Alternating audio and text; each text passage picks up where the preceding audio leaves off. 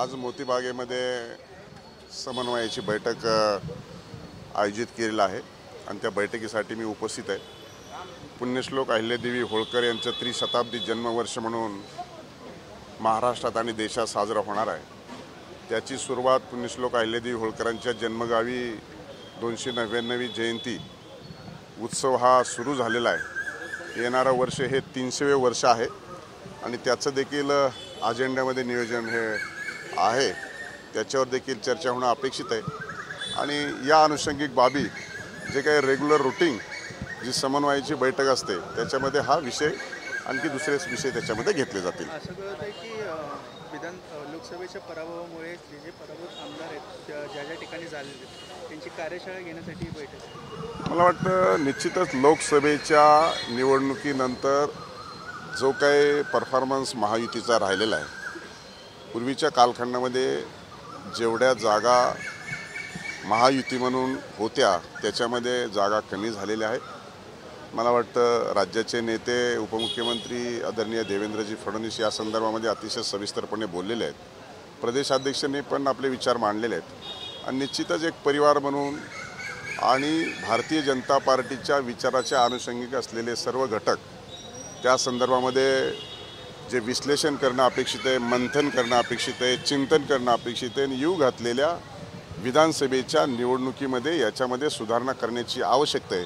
त्या संदर्भामध्ये अतिशय गांभीर्याने विचारविमर्श सुरू आहे। ओबीसी आरक्षणासंदर्भात आंदोलन सुरू आहे। आंदोलन आणि नगरची जागा पक्षांतर्गत वादाचाही फटका बसल्याचं बोललं जातं। आपण जे म्हणतायत असं कुठलंही तिथे प्रचार करण्याच्या दरम्यान कुठलाही बाब समोर आलेली नाही, परंतु एकूणच नगरची जागा असो की संपूर्ण महाराष्ट्रातल्या जागा असो की जे काही कास्ट पोलरायझेशन झालं किंवा जो काही नरेटिव्ह सेट झाला तर त्या नरेटिव्हला जे काही पद्धतीनं काउंटर अटॅक करणं अपेक्षित होतं तो झाला नाही किंवा जनतेला तो आवडलेला नाही आणि त्यामुळं साधारणपणे अशी परिस्थिती ओढवलेली आहे।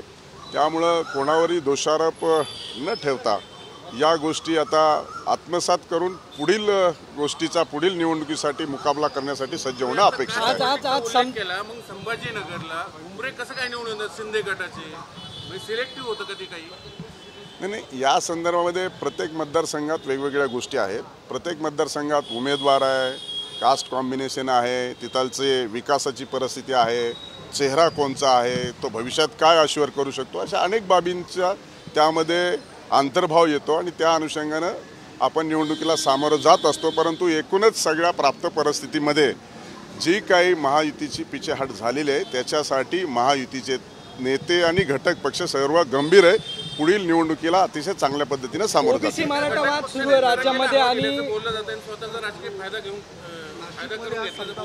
बैठक पार पडली। एका घटक पक्षाने सरकारमधल्या जरांगेचा राजकीय फायदा करून घेतला आणि भाजपला त्याचा तोटा झाला। मला वाटतं मनोज जरांगे पाटलांच्या भूमिकेच्या संदर्भामध्ये राज्य सरकारने इनिशिएटिव्ह घेतलेला आहे। माननीय उपमुख्यमंत्री असतील, मुख्यमंत्री असतील, त्यांनी सुद्धा या संदर्भामध्ये सविस्तर चर्चा केलेली आहे। 13 जुलैपर्यंत राज्याचे मंत्री शंभूराजे देसाई देखील तिथं भेटलेले आहेत, त्यांची चर्चा झालेली आहे आणि सरकार त्या संदर्भामध्ये चर्चा करत आहेत। आणि त्याचबरोबर उपमुख्यमंत्री देवेंद्रजी फडणवीस साहेब यांनी देखील सांगितलं की ओबीसीच्या संदर्भामध्ये देखील कोणावरही अन्याय अत्याचार करण्याची सरकारची भूमिका नाही आहे, परंतु याच्यामध्ये सर्व मान्य मध्यम मार्ग काढण्याच्या दृष्टिकोनातून सरकार हे प्रयत्नशील आहे। समता परिषदेची शिष्टमंडळाला साधे दखलही घेत नाहीत, ओबीसीचं आंदोलन करतायत। ओबीसी भेदभाव मुख्यमंत्री भेदभाव नाही करत, ओबीसी सरकार भेदभाव करत। मला वाटतं मीडियानी या संदर्भामध्ये भेदभाव सरकार करते असा नेरेटिव्ह आता सेट करू नये। किमान अंशी निवडणुकीच्या नंतर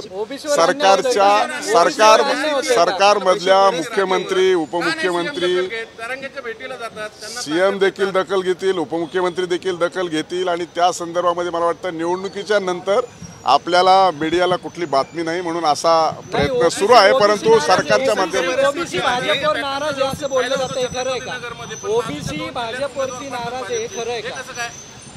आता तुम्ही एवढा प्रश्नाचा जर भडीमार मला करत असाल तर कोणाच्या प्रश्नाचं उत्तर द्यावं हा माझ्या पुढे प्रश्न आहे. त्यामुळं त्या प्रश्नाचं उत्तर दिलंय. भाजपनी सरकारमधनं बाहेर पडावं, कारण त्यांच्यावरती राज्यसभा लोकसभेमध्ये अन्याय झालाय अशा पद्धतीचा कार्यकर्त्यांचं आज जी बैठक झाली नाशिकमध्ये त्याच्यातनं त्याचं म्हणणं पुढे आलं. मला वाटतं महायुतीचे कार्यकर्ते, पदाधिकारी आणि नेते मीडियाच्या माध्यमातून ज्या पद्धतीनं लोकसभेच्या पूर्वी नरेटिव्ह सेट केला आणि त्याचं मोठं नुकसान हा महायुतीला झालेला आहे. त्याच्यामुळं कोणत्याही प्रकारचे आपण जरी प्रश्न विचारले तरी महायुती ही अभेद्य आहे आणि महायुती प्रत्येक गोष्टीचा गांभीर्यपणे विचार करून सर्व समाज घटकांना न्याय देण्याची भूमिका आहे.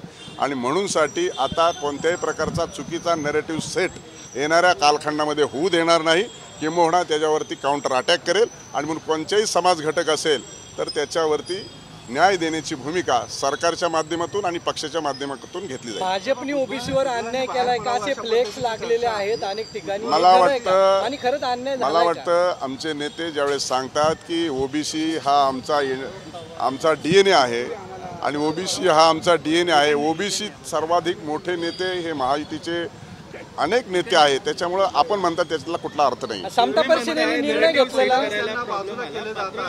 सदाशिव लोखंडे यांनी थेटपणे म्हणलेलं आहे की राम मंदिरामुळे काही आमच्या इथे आगोरी लोक राहतात जे रावणाला मानतात, त्यामुळे त्यांचा पराभव त्यांनी मतदान तिकडे केलेलं आहे. राम मंदिरामुळे आमचा उमेदवाराचा पराभव झाला.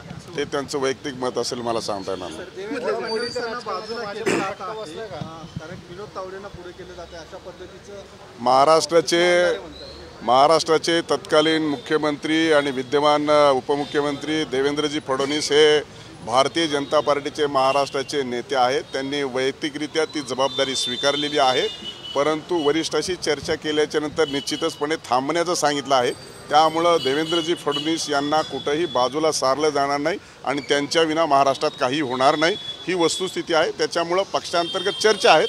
पक्षांतर्गत चर्चा ही भारतीय जनता पार्टी योग्य त्या प्लॅटफॉर्मवर करेल आणि त्याच्यातून मार्ग काढेल. समता परिषदेची बैठक झाली आज आणि त्यात सांगितलं की ओबीसी नेत्यांनी वेगळा विचार करावा विधानसभेच्या निवडणुकीपूर्वी.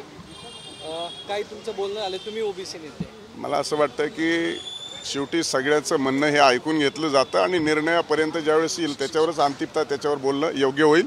शेवटी प्रत्येक कार्यकर्ता आणि पदाधिकारी समाजातला घटक, समाजातला जो काही संघटना चालवतो तो त्याला जे काही दुःख झालंय तो एखाद्या प्लॅटफॉर्मवर मांडण्याचा प्रयत्न करत असतो आणि अतिशय प्रायमरी स्टेजला असं सुतवाच केल्याच्या नंतर त्याच्यात तुम्ही जसं नेते म्हटले मला त्याच्यावर अंतिमता मी बोलणं संयुक्तिकाने योग्य होणार नाही. ओबीसी नेते एक होतील, सगळे ओबीसी नेते एक होतील. मला असं वाटतं की तुम्ही जातीच्या, ओबीसीच्या, जनरलच्या, मागासवर्गीयच्या, मुस्लिमांच्या सगळ्या एकंदर घटनावर आता एक निवडणूक झाली, आता पुढची निवडणूक अशा पद्धतीने होणार नाही.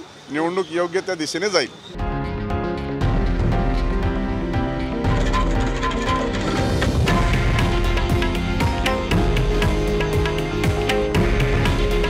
हे आहे देशातील नंबर 1 न्यूज नेटवर्क आणि आपण पाहत आहात TV9 मराठी. काळजी तुमची, हित महाराष्ट्राचं.